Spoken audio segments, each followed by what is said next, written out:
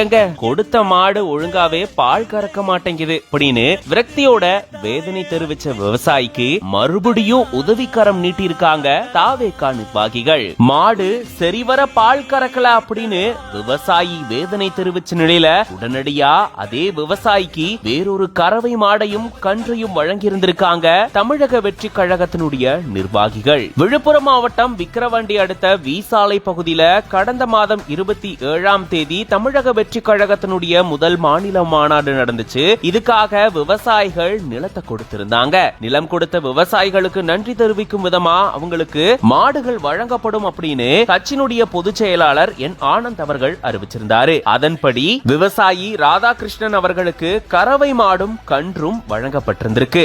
ஆனா அந்த கறவை மாடு சரிவர பால் கறக்கல அப்படின்ற மாதிரி விவசாயி ராதாகிருஷ்ணன் வருத்தத்தோட விரக்தியில பேசியிருந்தாரு. இதை தொடர்ந்து தாவேகா நிர்வாகிகள் உடனடியா அவருக்கு மறுபடியும் புது கறவை மாடையும் கன்றையும் வழங்கியிருந்திருக்காங்க.